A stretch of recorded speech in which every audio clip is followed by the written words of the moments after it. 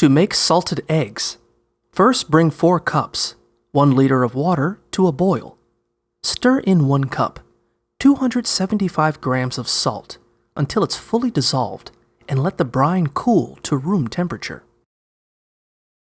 Then, carefully stack up to 6 chicken or duck eggs in a large, sterilized jar.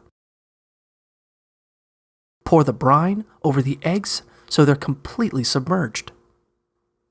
Place a crumpled piece of parchment paper on top of the eggs to help push the top ones down under the brine.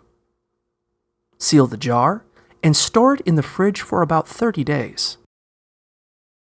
The longer you store the eggs, the saltier they'll be. But avoid storing them in the brine for more than 50 days. When they're finished soaking in the brine, remove the eggs, rinse them, and transfer them to a clean egg carton. They should last for up to 3 weeks in the fridge.